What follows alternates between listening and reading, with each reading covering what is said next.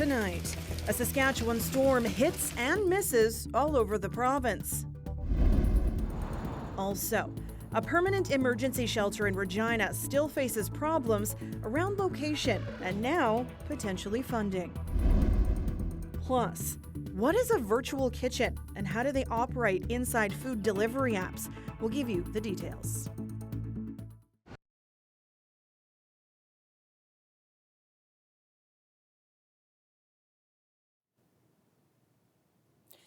It is Monday, June 24th, and the CBC Saskatchewan News starts right now. Good evening and thank you for watching. Severe weather warnings lit up phones across Saskatchewan last night, and surveying the damage today, it does seem fortunate we haven't learned of any serious injuries. But as Sarah Onyango reports, the damage is another story. Sunday's storm left a trail of damaged buildings and shattered windows. The system covered a large area of Saskatchewan, and while some places were hit hard, others just saw barely anything. The northern grain belt was hit hardest in places like North Battleford and Prince Albert, as well as communities in the southeast. The town of Carrot River was still dealing with power outages Monday afternoon. The 20-minute storm snapped power poles and parts of roofs were torn off buildings. The town of Gravelburg also suffered significant damage. Storm chasers Nick Schenner and Chris Graham were chasing in the area and captured these incredible images. We were dealing with a fairly strong supercell, and we needed to get a little more distance between us. So we did that and then watched the storm rotate and rotate. We were never able to see a visible tornado, but the rain was so thick inside the storm that it wouldn't shock me if Environment and Climate Change Canada found evidence of a tornado being in that storm at some point. At this point, no tornadoes have been confirmed, but there were several reports that are being investigated. There's about 5 or so-ish, and we're also looking at the wind damage at in the Carrot River area, which looks more like straight line wind damage than tornadic damage, but we'll have to investigate that as well. It wasn't just the wind. Estevan saw significant hail. It's citywide damage. And it's not just golf ball size. There were larger hails, and even in our own backyard. My husband went out and took 4 or 5 of them, put them in our deep freeze. It's just unbelievable, the size and the damage that was done. Fornwald says there was also a lot of wind damage. Just one person was taken to hospital for stitches, but otherwise no one was seriously hurt. Sask Power says more than 13,000 customers were affected by Sunday night's storm. As of Monday afternoon, just a few hundred remain without power. Lang says this weather is to be expected this time of year. And we've had 2 very slow summers with respect to severe weather the last 2 years because it's been quite dry and quite hot. So people forget that June is our wettest month, and June and July are the months that have the most severe weather associated with them. Tornadoes, hail, winds, rains, the whole bit. Sarah Onyango, CBC News, Regina. Regina City Council's decision to not purchase property to create an emergency shelter earlier this month has raised eyebrows and concerns, not only from housing advocates, but also from the provincial government. Alexander Kwan has more. On June 12th, Regina City Council rejected a $7.5 million deal to build a permanent emergency shelter here on Albert Street. Council said there were safety concerns. The province had promised to kick in $3 million to get the project off the ground. Now it says it will have to look at each proposal on a case-by-case basis. That work will continue. I guess it's a bit of a setback, but we of course don't have endless amounts of money, but no, to say that money's off the table is not the case. The permanent shelter is meant to replace this space at the Nest Health Center. The temporary 55-bed shelter will close next summer. And city staff warned council that not buying the land would likely force 55 people back onto the streets. Regina's mayor agrees that the decision may have set back the timeline, but she says it's more important to get the location right. I wouldn't disagree with them. Is it a setback from a timing perspective? Sure, but is there still time? Absolutely. Is there active searches underway? Yes, there are. Still, the social services minister says it's a challenge to find suitable locations for shelters in most communities. It's not a case where there's a dozen locations that are perfect and we can pick and choose. It's the market is tight for commercial real estate, and so you want to that limits opportunities as well. Concerns have been raised by city staff. They say they're not sure how to find a location that will be approved by a majority of council.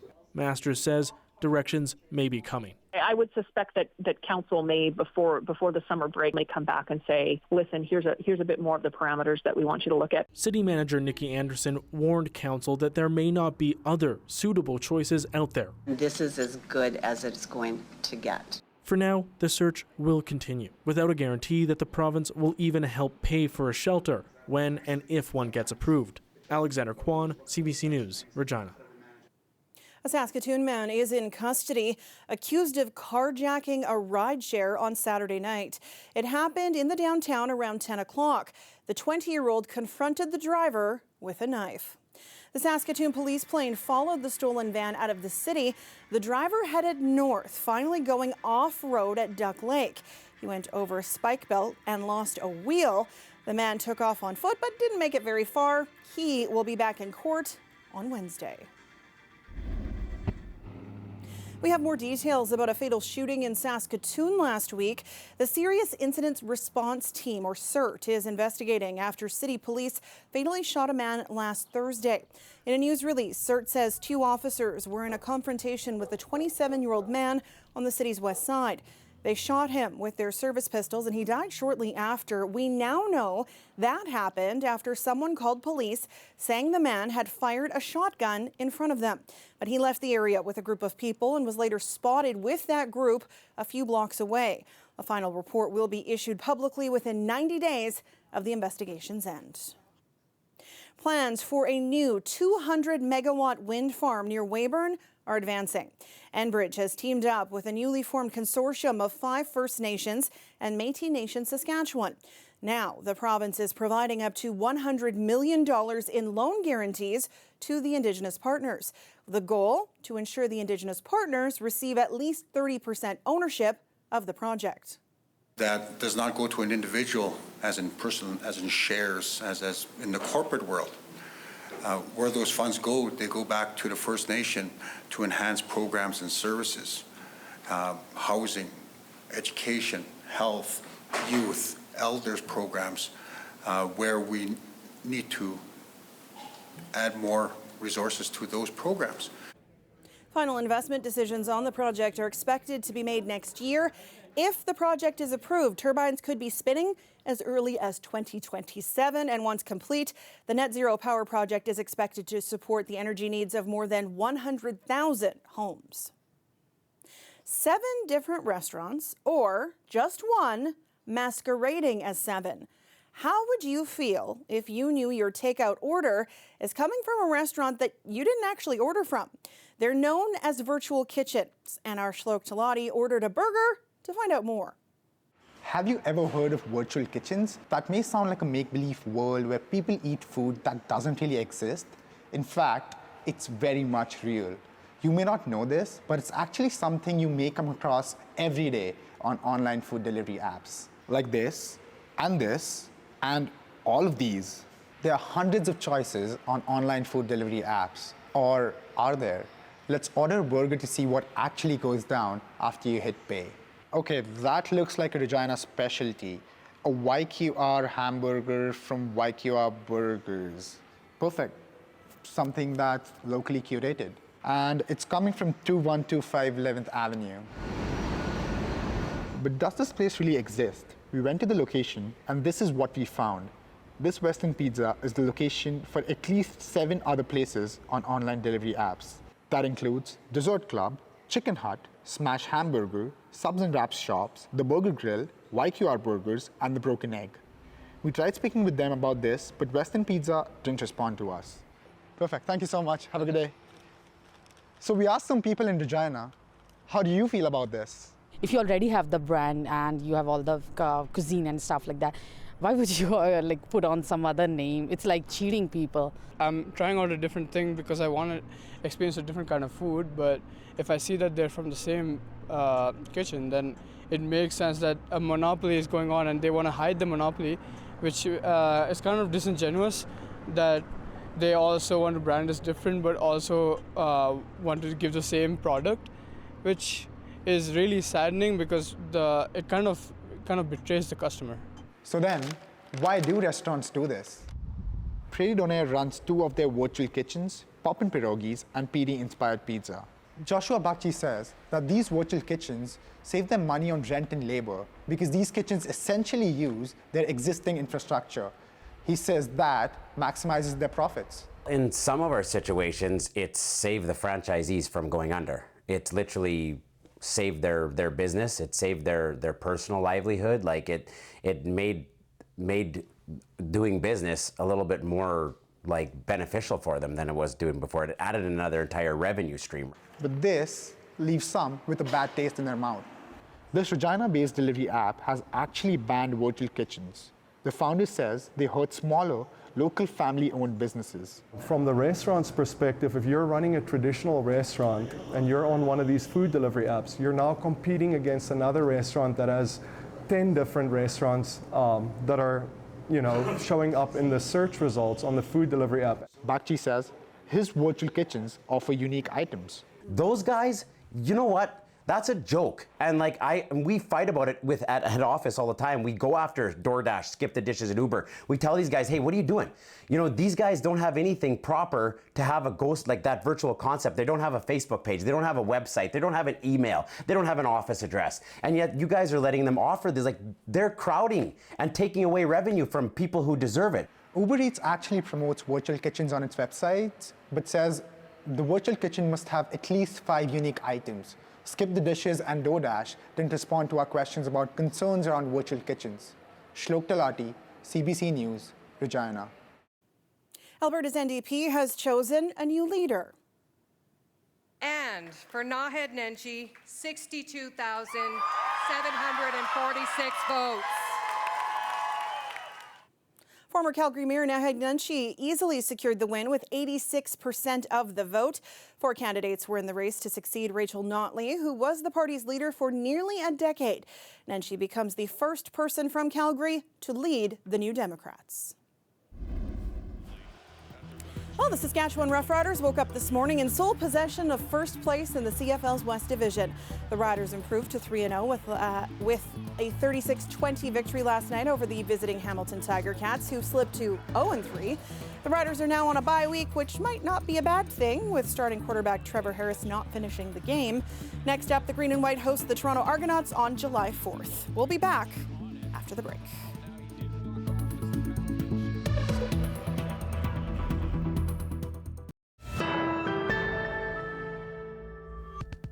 With wildfire season well underway in Western Canada, the small community of Kingfisher in BC's interior is taking measures of its own. Over the weekend, residents received basic training in how to fight fires.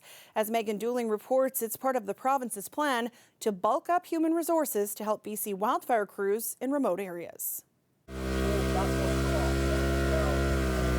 Everything we have is volunteer.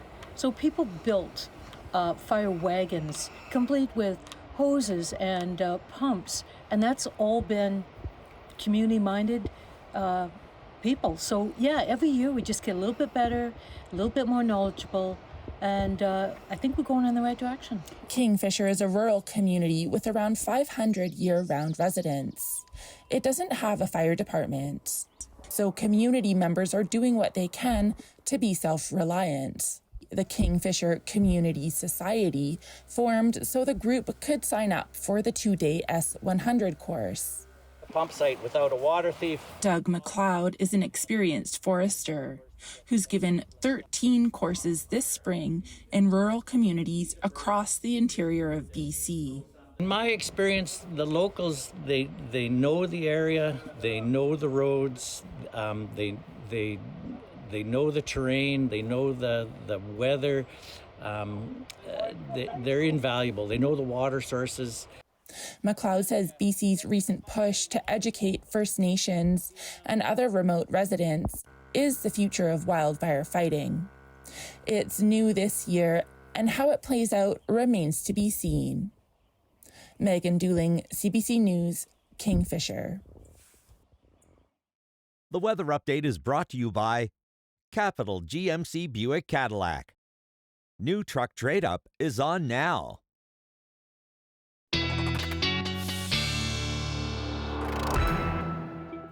And our weather specialist, Tyreek Reed, joins me now. It was a very busy 24 hours for weather watchers. Yeah, no, very, very busy, Sam. And I think it's still going to be busy as the days go on because, we're still looking at some of the investigations that are taking place because of these possible tornadoes that touched down yesterday in Saskatchewan. Environment Canada has not confirmed whether or not there were any, but they are investigating some in areas like Radisson, Gravelbourg, Aberdeen, Bain, and Middle Lake. And of course, when we're talking about everything that happened yesterday, we have to talk about the wind speeds. Estevan seeing gusts near 113 kilometers an hour. Same thing for our friends over in Weyburn. And of course, they also got some pretty big pieces of hail that caused a lot of damage. We saw that earlier on in the show. So it was a very messy day yesterday. And of course, we're still going to be waiting to see what comes from this. Today, we're still dealing with the remnants from this system. We do have some pretty active weather in the western parts of the province,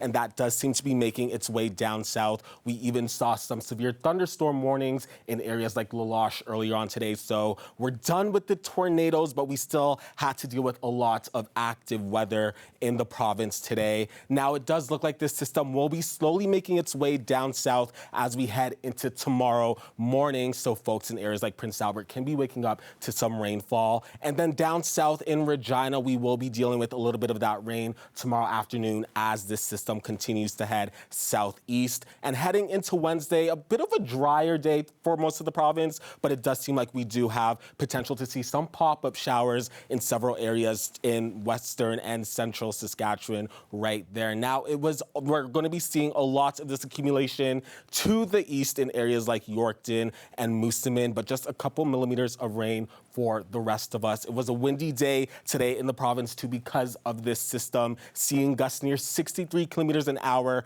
in areas like Yorkton. Heading into tomorrow, we're still going to be dealing with a lot of this wind, especially down in south and central Saskatchewan. We could be seeing gusts between 50 to 60 kilometers an hour in some areas. So not done with those winds just yet. They will be sticking around with us for quite some time. Let's take a look at our 7-day forecast for now. We are going to be met with below seasonal temperatures tomorrow in Regina, seeing daytime highs at around 20 degrees. Friday looking like a very chilly day, only seeing highs at around 16 degrees as a system of rain makes its way back in. And then heading into the weekend, we're still going to be met with temperatures around there as well. In Saskatoon, let's take a look at our 7-day forecast there. Seeing a daytime high at around 18 degrees tomorrow as this system continues to make its way down south. And we're going to be seeing that on Thursday and Friday, those cooler temperatures. We should be at around 24 degrees for this time of the year. So yeah, messy weather, cooler weather, Sam, lots of just weather that we don't want right now. If you could start improving that for the Canada Day long weekend, I would really appreciate that. Oh yeah, I'll work on it. If you could start on that? Of course. Head start. Yes. Okay, thanks, Tyreek. Stay with us. We're back after the break.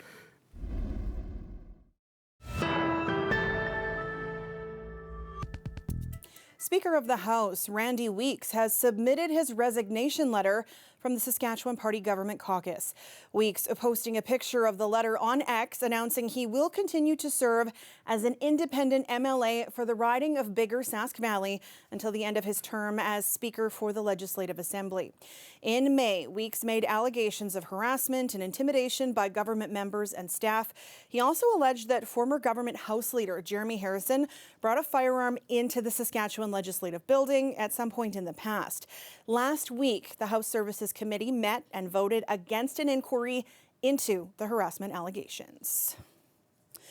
Princess Anne's pending visit to Canada has been cancelled because she suffered minor injuries and a concussion yesterday. The 73-year-old sister of King Charles has been hospitalized as a precaution. The palace says the princess is expected to make a full recovery. We don't know what happened, but the medical team says the injuries are consistent with a possible strike from the horse's head or legs. Anne is the colonel-in-chief of the Royal Newfoundland Regiment, and she'd planned to visit St. John's on July 1st for the 100th anniversary of the National War Memorial.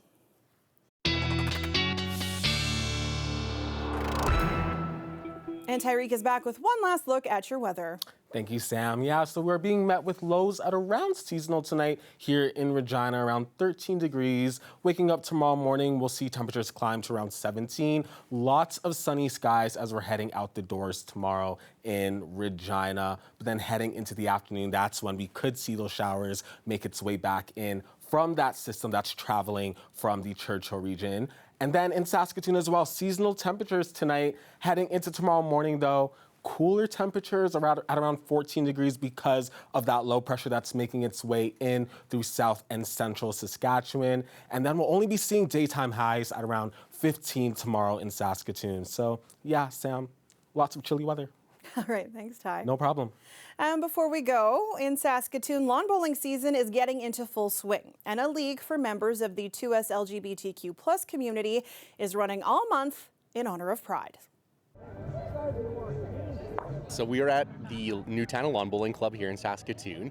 This is our second season that we have put on this bowling league, and it's been a lot of fun. We've got over 14 different teams. You know, we had curling going on over the winter time, so we figured, you know, there's going to be a lot of similarities between the games, whether it's curling or lawn bowling. And we had a lot of members in our curling league who were already lawn bowling and thought it might be a great opportunity to expand to the LGBTQ+ community. Oh my God, the winning shot! It's great to be out in the community to show that there are safe places for us to go. We don't just have to stay inside or hide ourselves. And sport is a great place to get to know one another and break down barriers that might exist for people who might feel a little bit uncomfortable out there. It's very relaxed. You know, all of us in the league are, you know, new to it, or pretty new. Of course, being part of the queer community, this is my community, so I get to hang out with them. It's amazing. And like I regularly thankful for the community and its visibility, and how we're accepted, more accepted than in the past. You have people from all ages, from young, I guess, middle-aged teenagers all the way up to 70-year-olds that are playing with us this year, from men to women, people in between. We've got everybody playing out here, and it's a great sport that you get to see different sides of people and learn one another, so it's not uncomfortable. What's stopping you? What's holding you back? Try something new. Get out there, make some new friends. It's not going to hurt, and at the end of the day, you're going to learn something new. What a great community event. That is it for us tonight. For news anytime, you can head to cbc.ca/sask, subscribe to CBC Saskatchewan's YouTube channel, or download the CBC News app on your phone or tablet. Thanks so much for watching. Have a great night.